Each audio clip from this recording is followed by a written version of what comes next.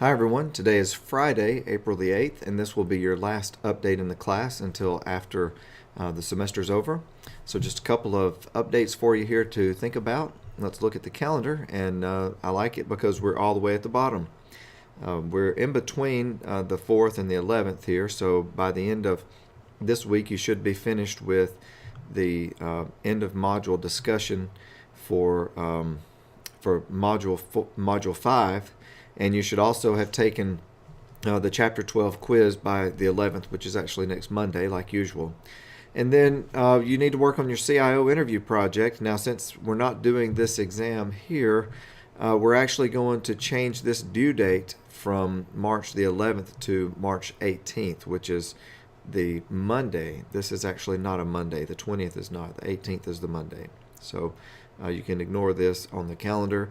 This is going to be due on March the 18th, and that is reflected in the course. So let's switch over and take a look at the class real quick, and let me point out a couple of things about this particular project.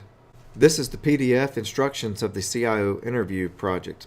The purpose of this is to give you the opportunity to sit down in front of hopefully someone who's higher up in management than you might be, let them know that you're working on an MBA, and to ask questions about some of the topics that we've covered over the semester in this class. You're going to ask some questions about hardware, software, some of the system questions about the systems that you use.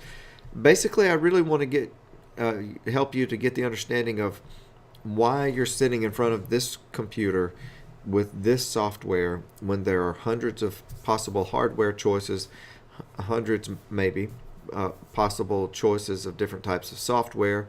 What decisions were made that led to this particular set of tools for you to do your job?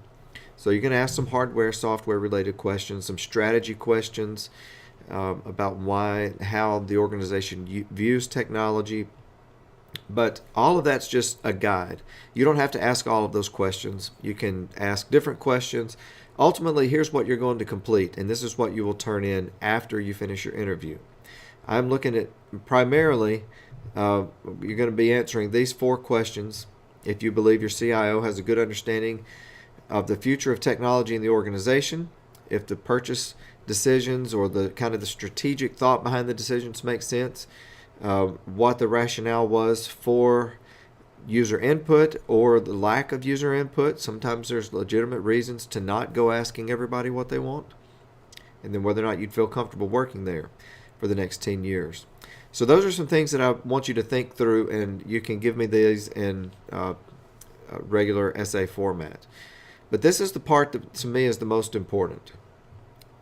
The simple statement. This can be a guiding statement, a vision statement, a mission, a motto. It can be just an acronym. It could just be a statement on IT.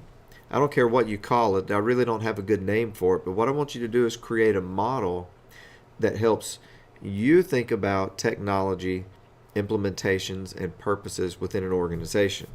This is not for your CIO. This is going to be based on what you've learned from your CIO and from the whole class, but this is not for your CIO or only for a CIO in your industry. This should be general and generic that you can apply to any technology decision. For me, mine is the covering your bases model.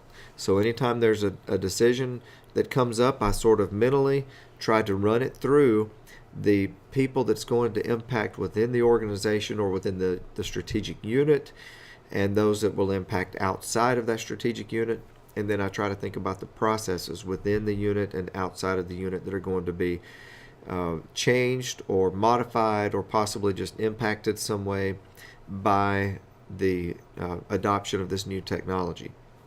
So that's my model, and you've seen a lot of that through the semester. But what is your model going to be? And the reason I want you to develop this is because as you go through your career, you're going to be a part of different types of technology decisions. And you need to have some framework. And if you develop your own framework, you're going to be more likely to remember it. It needs to be short. It needs to be concise. I do not want sentences, not long sentences. If you have a sentence, it better be one short sentence. So it's going to take some thought for you to put together something that can help you remember the things from this class that you think are the most important for you to hang on to over the next 10 to 15, 20 years of your career. So that's what I'm really going to focus on.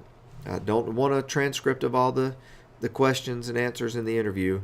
You can turn that in if you want to, but it's not required. The main thing is the 4 questions and then this simple statement for any CIO or anybody who's looking at a technology implementation. So that's what we're looking for. I hope that you enjoy thinking about this. And if you turn it in ahead of time, let me know. I'll try to take a look at it. And, there's not going to be a lot of time for any regrades on this. Usually I don't have a lot. So if you want me to take a look at it, send it to me. But you'll need to let me know when you submit it, if you submit it early, because I don't get any notifications from D2L that something has been submitted for me to grade. So if you want me to take a look at it quick, I'll need you to send me an email. Otherwise, I hope you're all doing well, and I've enjoyed the semester with you. I look forward to getting this last project, and I will try to get the grades turned around really quickly after the 18th, so that way we can get everything finalized and submitted for the end of your first semester. So congratulations for making it this far into your first semester. You're almost done. Just hang on and turn around twice, and it'll be over with, and you'll be ready to move on in your program. Have a great weekend.